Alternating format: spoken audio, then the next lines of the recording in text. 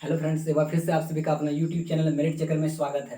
तो आज हम बात करने वाले हैं कि महत्वपूर्ण शब्दकोश के बारे में। ठीक है, ये शब्दकोश वहाँ काम आएंगे जब हम नेक्स्ट वीडियो में नदियों को लेकर आएंगे। तो कैसी नदियाँ डेल्टा बना रही होगी या फिर कैसे जलप्रपात बना रही होगी, तो वहाँ पे हम बात करेंगे।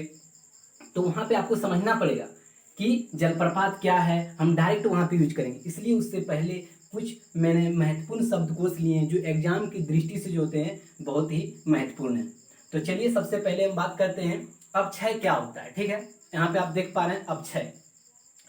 तो अपक्षय की अगर परिभाषित किया जाए तो मान लीजिए क्या है, जैसे एक चट्टान को मैंने लिया। ठीक है, आप समझिए डिफिनेशन को। मैंने एक चट्टान को लिया और ये चट्टान क्या होता है, जब सूर्य की रोशनी पड़ती है चट्टान पे तो हम जानते हैं कि दिन में क्या होता है, इसका थोड़ा सा फैलाव होता है। अगर ये यहाँ होगा तो दिन में थोड़ा सा फैलता है। ठीक है, और रात्रि को क्या होता है, सिकुड़ जाता है। ठीक, तो ये प्रक्रिया क्या होती है, चलते रहती है। ये प्रक्रिया जो होती है चलते रहती है। और ये होने के कारण जब हम कोई वस्तु को फिर जब कोई वस्तु फैलता है, सिकुड़ता फैलता है सिकुड़ता है, तो वो क्या होता है, एक तरह से ढीलापन आता है। और ढीलापन होने के कारण जो होते हैं, ये जो पत्थर जितना बड़ा चट्टान था, ये चट्टान क्या होता है, छोटे छोटे छोटे छोटे छोटे छोटे टुकड़ों में टूट जाता है। ठीक है, तो उसको हम क्या बोलेंगे, अपक्षय बोलेंगे। ठीक, इसी को जब कोई चट्टान है उस पर सूर्य की रोशनी पड़ती है तो वो जो चट्टान है छोटे छोटे जो है टुकड़ों में टूट जाता है। आप जैसे देख पा रहे हैं, उसको हम क्या बोलेंगे, अपक्षय बोलेंगे। ठीक है, अब अपक्षय के बाद आता है अपर्दन। ठीक, अपर्दन क्या है, तो अपर्दन हुआ है जब अपक्षय, ये आप देख पा रहे हैं, अपक्षय जब हुआ यानी जब छोटा छोटा जो है टुकड़ों में जब चट्टान टूट गया। और ये अपर्दन में क्या होता है, वायु के द्वारा या फिर जल के द्वारा जब वायु इधर बहती है तो ये क्या करता है, या फिर जल के द्वारा जब वर्षा होती है तो जल के द्वारा ये बहा के एक स्थान से, मान लीजिए यहाँ है तो एक स्थान से दूसरे स्थान तक ले जाता है। इसको हम क्या बोलेंगे, अपर्दन। ठीक है, इसको हम क्या बोलेंगे, अपर्दन बोलेंगे। अपक्षय में क्या होता है, अपक्षय में चट्टान जो का टुकड़ा टूटकर एक ही जगह रहता है। लेकिन अपर्दन में क्या होता है, चट्टान का जो टुकड़ा है या फिर हवा हो या फिर जल हो या किसी भी तरह से एक स्थान से दूसरे स्थान तक क्या होता है, एक स्थान से दूसरे स्थान तक शिफ्ट हो जाता है, मतलब बहा के ले जाता है उसको। तो उसको हम क्या बोलेंगे, अपर्दन बोलेंगे। क्या बोलेंगे, उसको अपर्दन बोलेंगे। ठीक है, अब हम बात करते हैं क्या, गॉर्ज के बारे में। गॉर्ज या कैनियन क्या है। ठीक है, तो गॉर्ज जब नदियां क्या होती है, जब नदियां दो पहाड़ के बीच, आप देख पा रहे हैं कि मैंने यहाँ पे ए नाम से एक पहाड़ दिखाया है और दूसरा यहाँ पे बी नाम से भी एक पहाड़ दिखाया है। ठीक है, और इसके बीच में जब कोई दो पहाड़ है, जैसे ये और ये पहाड़ है, इसके बीच में जो नदियां गुजरेगी और ये क्या होता है, गहरी और सकरी घाटी।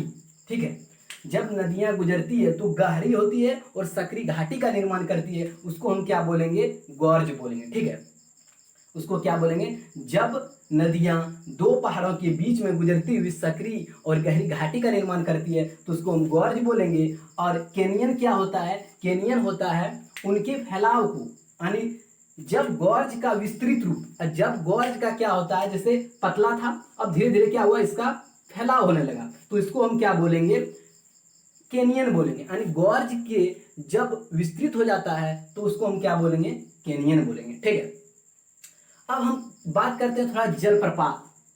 सबसे ऊंचा जलप्रपात, सबसे नीचा जलप्रपात, सब वीडियो लेके आऊंगा। लेकिन उससे पहले आपको मैं कुछ जो शब्दकोश हैं, ये बिना बताए तो आगे बढ़ ही नहीं सकता। वहां पे अब जलप्रपात हम यूज करेंगे तो आपको पता ही नहीं होगा कि जलप्रपात है क्या। तो जलप्रपात की अगर बात करें, जब नदियां क्या होती है, जब नदियां ऊंची ढलान से तीव्र गति से, ठीक है, जब नदियां ऊंची ढलानों से, आप देख पा रहे हैं ये क्या है, ढलान है और ये जो है भूमि है। ठीक है, जब नदियां ऊंची ढलान से तीव्र गति से आके गिरती है, ठीक है, बहती हुई तीव्र गति से आकर गिरती है तो वहां पे जलप्रपात का निर्माण होता है। क्या, वहां पे उसी को हम बोलते हैं क्या, जलप्रपात। ठीक है, तो अगर जैसे मैं जलप्रपात बोलूंगा तो आपको समझ जाना है कि कोई भी ऊंचा क्षेत्र से वहां के ऊपर से नदियां गुजरती होगी और एक जगह जो होते हैं तीव्र गति से, तीव्र वेग से गिरती होगी तो उसको हम क्या बोलेंगे, जलप्रपात बोलेंगे। क्या बोलेंगे, उसको जलप्रपात बोलेंगे। ठीक है, अब आते हैं नदी विसर्प, नदी विसर्प क्या है? विसर्प मतलब होता है टेढ़ा मेढ़ा रास्ता, एक तरह से आप समझिए टेढ़ा मेढ़ा, ठीक है। जब नदियां क्या होती है, विसर्प जो है, जब नदियां क्या, जब नदियां मैदानी भाग में प्रवेश करती है, कहां पे, जब नदियां मैदानी भाग में प्रवेश करती है और अपर्दन होने के कारण, मतलब अपर्दन मतलब क्या होता है, छोटा छोटा टुकड़ा इधर से उधर से कट के हो गया होगा, तो अपर्दन होने के कारण क्या होती है, नदियां टेढ़ा मेढ़ा होता है, ठीक है, टेढ़ा मेढ़ा होने लगता है। और इस जगह पे यानी मुड़दार हम बोल सकते हैं, इस जगह पे आप देखिए यहाँ है विसर्प, यानी ये मुड़दार, जहां पे मुड़ जाता है, आप देखिए यहाँ पे है विसर्प, इसलिए मैंने दिखाया। यहाँ पे आप देखिए नदियां आके मुड़ गई, ये हो गया विसर्प। यानी विसर्प मतलब होता है जहां पे नदियां मुड़ जाता, टर्न करता, हर एक जगह टर्न करता हुआ, आप देख पा रहे हो यहाँ पे, यहाँ यहाँ यहाँ, ठीक है। तो मुड़दार कहाँ पे है, इस जगह, इसको हम क्या बोलेंगे, विसर्प। तो जैसे हम बात करेंगे नदियों के, तो जैसे मैं नदियों के चैप्टर में विसर्प बोलूंगा तो आपको समझ जाना कि विसर्प क्या होता है। आप देख पा रहे हैं मुड़दार, जहां पे मुड़दार हो, जहां पे टर्निंग पॉइंट हो उसका नदी का, तो उसको हम क्या बोलेंगे, विसर्प बोलेंगे, ठीक है। अब गोखुर झील की बात कर लेते हैं, क्या होता है गोखुर झील, ठीक।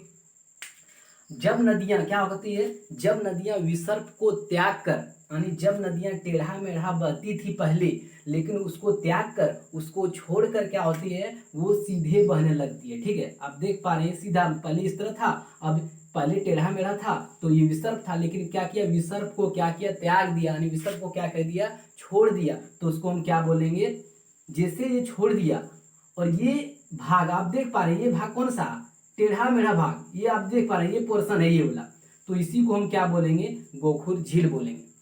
तो परिभाषा क्या है, जब नदियां विसर्प को त्याग कर, क्या करता, जब नदियां विसर्प को त्याग कर सीधी मार्ग में बहने लगे और अपशिष्ट पदार्थ को जो छोड़ दे, आप देख पा रहे हैं अपशिष्ट पदार्थ के रूप में जो छोड़ा हुआ भाग है ये वाला पोर्शन, तो उसको हम क्या बोलेंगे, गोखुर झील बोलेंगे, क्या बोलेंगे उसको हम, गोखुर झील बोलेंगे, ठीक है।